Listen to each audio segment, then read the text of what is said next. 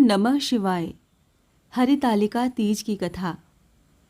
जिनके दिव्य केशों पर आँख के फूलों की माला शोभा देती है और जिन भगवान शंकर के मस्तक पर चंद्र और गले में मुंडों की माला पड़ी हुई है, जो माता पार्वती दिव्य वस्त्रों से तथा भगवान शंकर दिगंबर वेश धारण किए हैं, उन दोनों भवानी शंकर को मेरा नमस्कार है।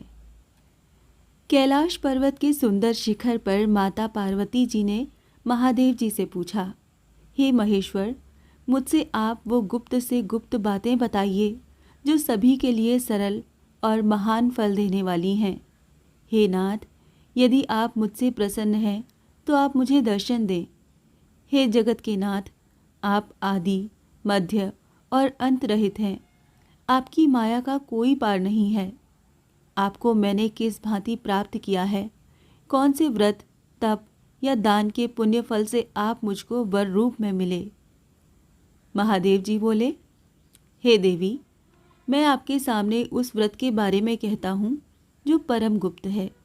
जैसे तारागणों में चंद्रमा और ग्रहों में सूर्य, वर्णों में ब्राह्मण, देवताओं में गंगा, पुराणों में महाभारत, वेदों में साम और इंद्रियों में मन श्रेष्ठ है, वैसे ही पुराण और वेद सब में इसका वर्णन आया है, जिसके प्रभाव से तुमको मेरा आधा आसन प्राप्त हुआ है।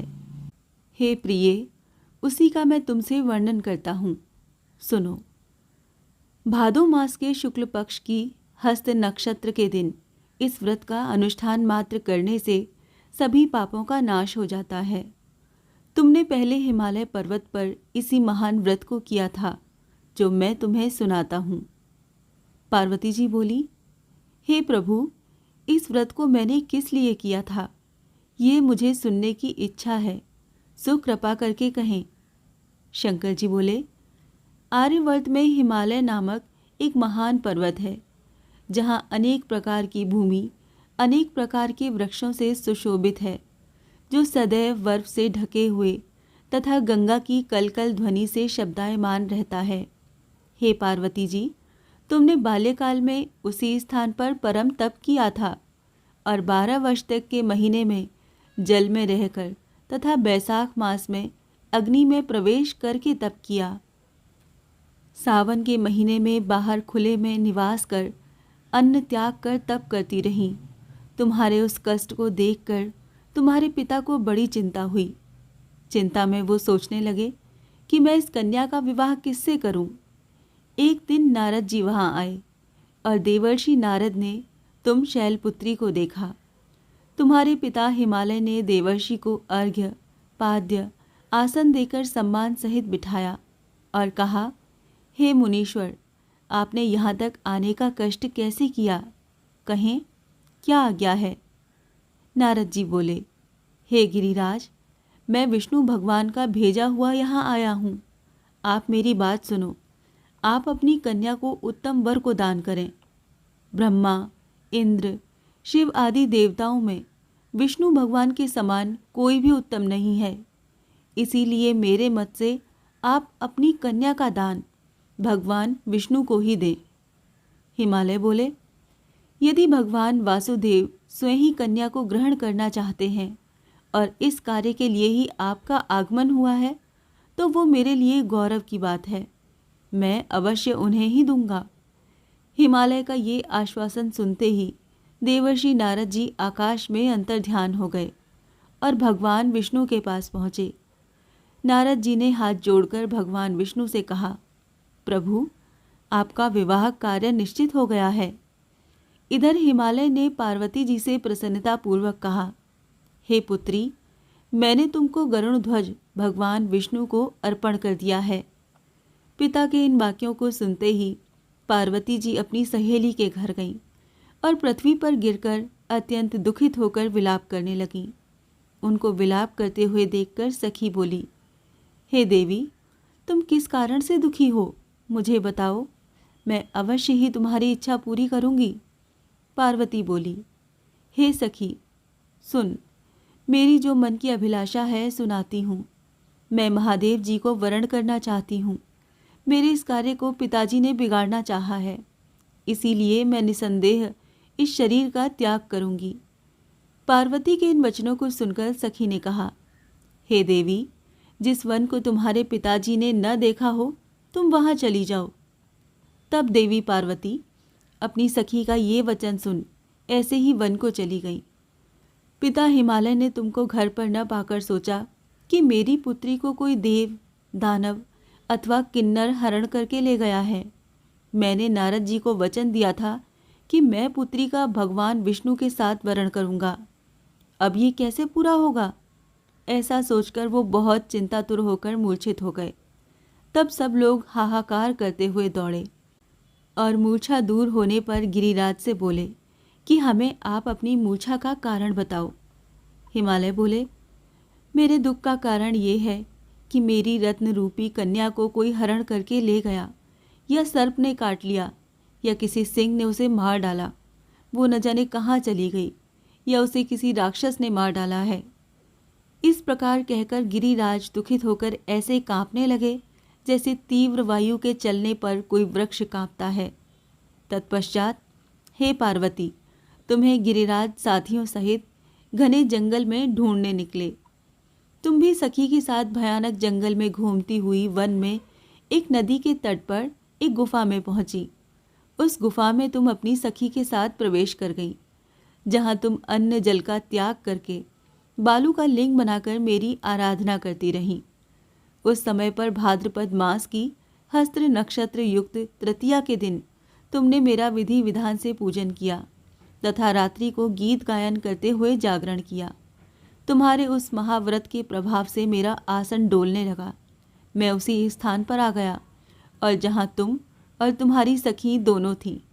मैंने आकर तुमसे कहा, हे वरानने, मैं तुमसे प्रसन्न हूँ, तुम मुझसे वर मांगो। तब तुमने कहा, हे देव, यदि आप मुझसे प्रसन्न हैं तो आप महादेव जी ही मेरे पति हों। मैं तथास्तु ऐसा कहकर कैलाश पर्वत को चला गया और तुमने प्रभात होते ही मेरी उस बालू की प्रतिमा को नदी में विसर्जित कर दिया। हे शुभे, तुमने वहाँ अपनी सखी सहित व्रत का पारायण किया। इतने में तुम्हारे पिता हिमवान भी तुम्हें ढूंढते ढूंढते उसी घने वन में आ पहुँचे।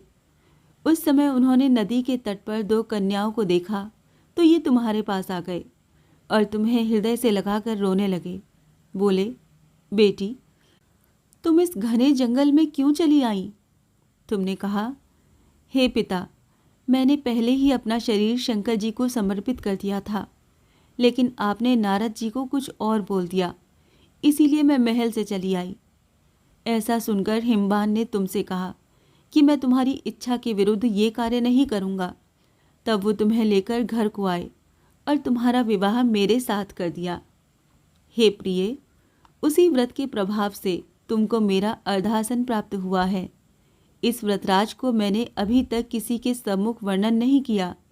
हे देवी, अब मैं तुम्हें ये बताता हूँ कि इस व्रत का ये नाम क्यों पड़ा।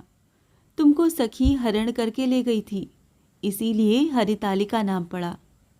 पार्वती जी बोली, हे स्वामी, आपने इस व्रतराज का नाम तो बता दिया, लेकिन मुझे इसकी विधि और फल भी बताइए कि इसके करने से किस फल की प्राप्ति होती है। तब भगवान शंकर जी बोले, सौभाग्य की इच्छा रखने वाली महिलाओं को ये व्रत पूरे विधि विधान के साथ करना चाहिए। व्रत में केले के खम्भों से मंडप बनाकर उसे बंधनवारों से सुशोभित करें। उसमें विविध रंगों के उत्तम रेशमी वस्त्र की चांदनी ऊपर तान दें। चंदन आदि सुगंधित द्रव्यों का लेपन करके महिलाएं एकत्रित हों। शंख, भेरी, मृदंग आदि बजाएं।